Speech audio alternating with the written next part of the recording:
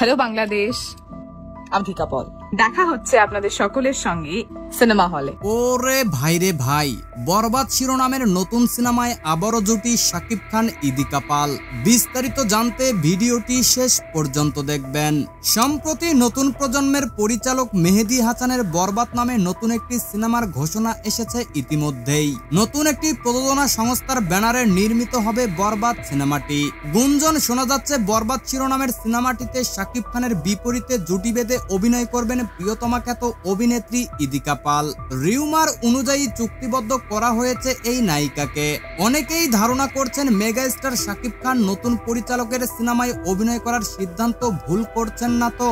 নেটিজেনরা প্রশ্ন তুলেছে, তুফান সিনেমার বিগ সাফল্যের পর শাকিব খানের উচিত তুফানের চেয়েও ভালো মানের সিনেমায় অভিনয় করা।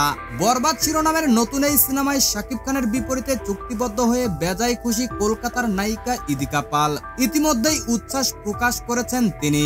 হ্যালো বাংলাদেশ, আমি ফিকা পল। দেখা হচ্ছে আপনাদের সকলের সঙ্গে সিনেমা হলে। সেপ্টেম্বর মাস থেকে বরবাদ সিনেমাটির শুটিং শুরু হবে ভারতের রামোজি ফিল্ম সিটিতে।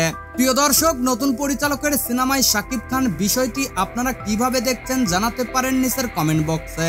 আপনি যদি শাকিব খানকে ভালোবেসে থাকেন তাহলে চ্যানেলটিকে সাবস্ক্রাইব করে পাশে থাকবেন। ধন্যবাদ এতক্ষণ সাথে থাকার জন্য।